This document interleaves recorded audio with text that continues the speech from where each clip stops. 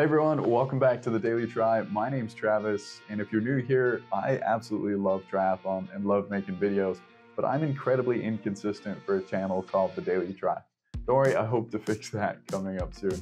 Recently, that was because I was in Puerto Rico trying my hand out at something that wasn't quite triathlon, and I was absolutely terrible at it. That's probably why I'm looking a little tan for how I should be living in the Pacific Northwest. And another reason I've been gone is I've been doing a lot more freelance video editing, so stick around to the end of the video to see a few old clips of me, some old edits that I've made, and if you're interested in it, please do drop me an email. It will be in the description. And don't worry, you'll be seeing more of my training soon, like I promised. I'm now sponsored by Bellingham, where I live, as an ambassador. So I've definitely got to start posting, not just for the channel, but also for them. Pretty exciting. Without further ado though, let's get into the news. We got lots to talk about. All right, so today we are looking at the fact that Jan is almost back. He looks ready to go, and also Alistair is too, and why he's my one to watch. The PTO heads to Milwaukee, and there's no Canadian Open. And then finally, we look at that infamous How They Train podcast that just came out.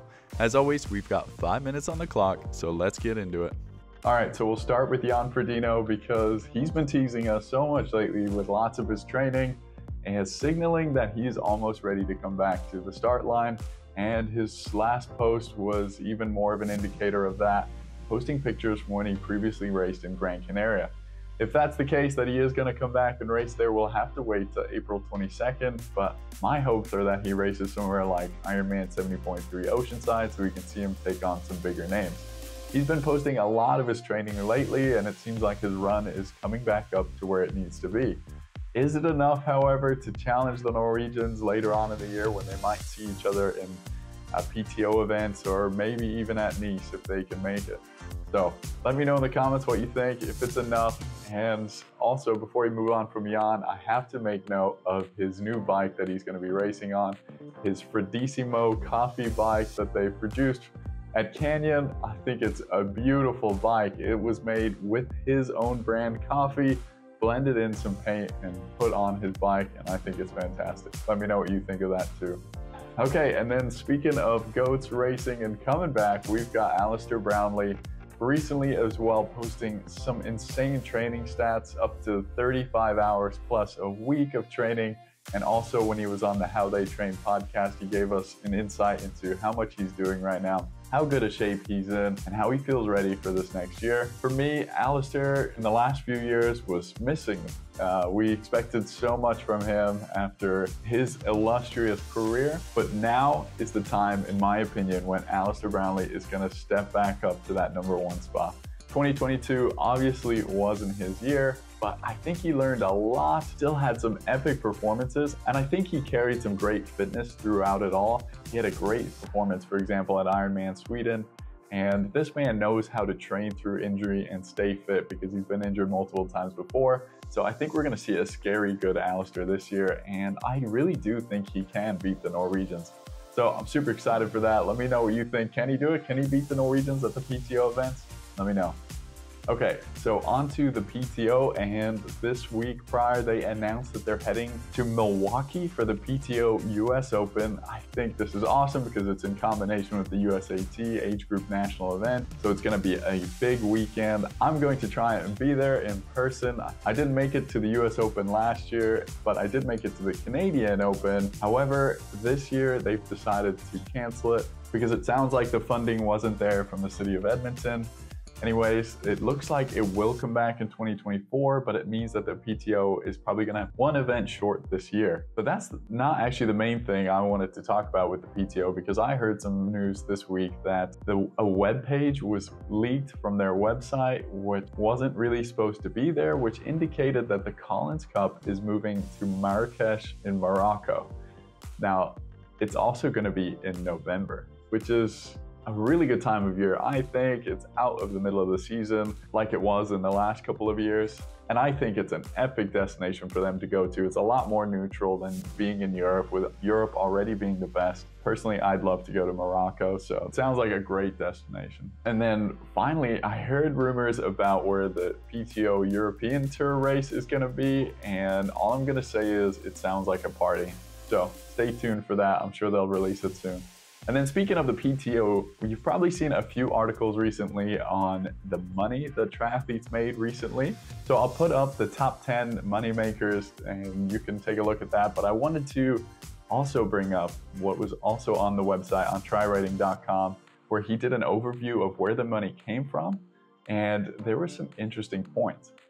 So the number one thing that I noticed was that the Ironman money for 2022 versus 2021 was over double. And that was because mainly of the 2 world championships that took place. And that also Ironman 70.3 races are paying out a lot less, about 300,000 less, due to the fact that there's less races. However, PTO has truly filled in that gap with their races, as they had $5.5 million allocated to races in 2022, and that's only going to increase in 2023.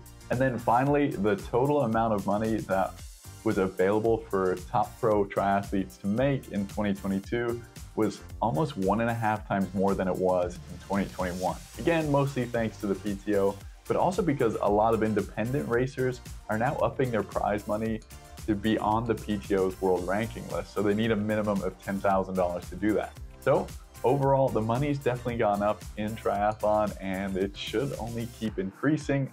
However, one thing I would have loved to see on this list is what the athletes from the 50th ranking to the 200th ranking are making, as I think that's a big gap in the triathlon industry, supporting those who are up and coming, especially in long course. So hopefully they can fix that in the future, and I'd love to know more about that. And finally, we're on to the How They Train podcast with Andrew Messick that's been creating quite a stir. Jack Kelly, the host of the podcast, released it on his private Patreon, and it looks like a lot of people have been listening to it. I'm not going to spoil too much, but it was extremely entertaining, and there was lots of comments on how Andrew Messick was during the interview. They talked a lot about Ironman moving away from Kona and going to Nice and the men and women splitting up, but there was also lots more intertwined within the conversation, especially about the amount of money, like we were talking about, that the pros are making. It really had an edgy feeling to it, the whole podcast, but I thought it was fantastic. Jack asked a lot of straightforward questions. He wanted to know what he wanted to know, and he kept pushing Andrew. I'm not going to spoil too much because I definitely think it's one of the best podcasts of the year and one of the best things you can listen to if you're into triathlon. I really hope he gets to do another one with him. That's all I'm going to say. But if you've listened to it, make sure you drop in the comments. So that's it for this week's news. It was an exciting week. Lots going on, lots coming up. It seems like this year, lots of races are about to kick off. This weekend, it's Ironman 70.3 Tasmania. And then I'm really looking forward to watching the Super League Arena Games at the end of this month. Please stay tuned to this channel, even though I'm extremely inconsistent. And speaking of that note, we're back onto the part where I wanted to talk quickly about the freelance video editing I'm offering. Because I've been filming and traveling around the world for quite a few years now. It's always been a passion of mine, but this year I decided I want to make it my full-time gig. So if you know of anyone who's looking for an editor, if you are yourself, especially in the field of triathlon, I'd love to work with you and create some amazing content in 2023. I'm going to leave you with this last clip that I made when I went to the British Virgin Islands, and I'd love to create content like this for triathlon when I go to races and train, so hopefully you'll see more of that coming up soon. All right, I've done enough talking today. Thank you so much for your time. We'll see you soon. Have a good one. Bye.